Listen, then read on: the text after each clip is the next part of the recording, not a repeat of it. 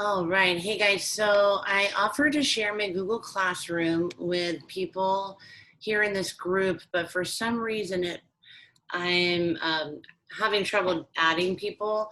I think it's because of administrative restrictions on my end. And here you are seeing that so many people needed help and were interested in seeing what I came up with. I just thought I'd create a little video where I explain how I set up my Google Classroom. So I'm going to go ahead and share with you what it is I created. This is my Health Google Classroom. I made a fun banner up top. I watched a video on YouTube that taught me how to do that using emojis.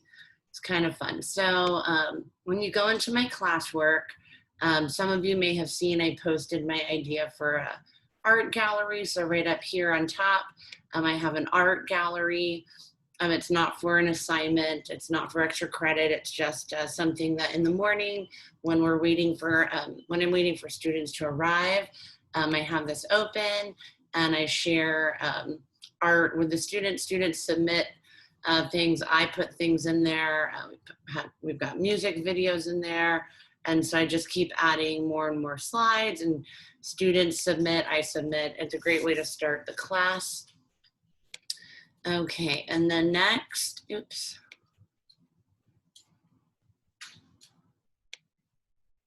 Next, I have a spot with all my classroom resources. I have the distance learning bell schedule, Zoom links so that students can access my class. I've got my syllabus. I've got our textbook is available in a PDF version, so I have that on there.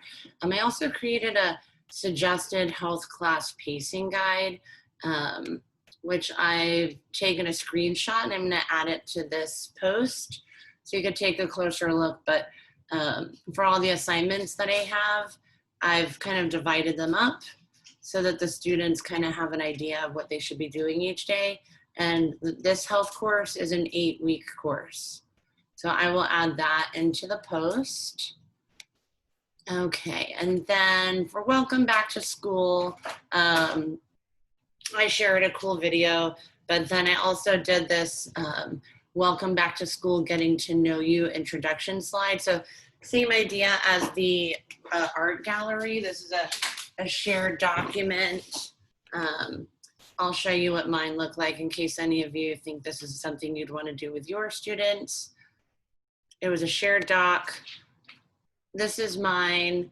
I gave the students a template so they could fill in all of these things, favorite foods, favorite TV shows, blah, blah, blah.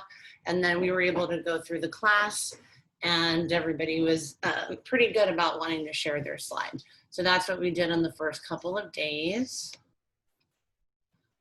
All right, and then the next way that I set up my class is we go pretty quickly through the chapters, but I kind of have a formula of how I set up my class. So the first chapter is going to be just like all these other ones. So here I post a video.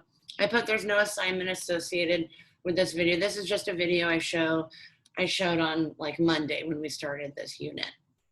But I want it in here for students who may not have been able to attend class so they could still access it. So I just show a fun little, this one's 8 minutes. A lot of the videos I found are 4 or 5 minutes and they're usually animated. I chose videos that for the filter on YouTube, I put the most likes. I figured they were the most popular and kids would probably be more likely to like them. Then I've created PowerPoints to go, or Google slide presentations to go with each chapter of my textbook that I use. And so I have that right here.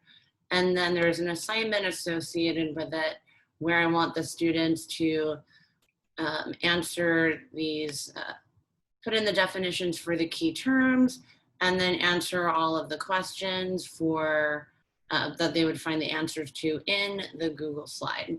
So that's one assignment that we're doing for each chapter. And then for each topic, we're also doing a discussion post where we watch a TED Talk.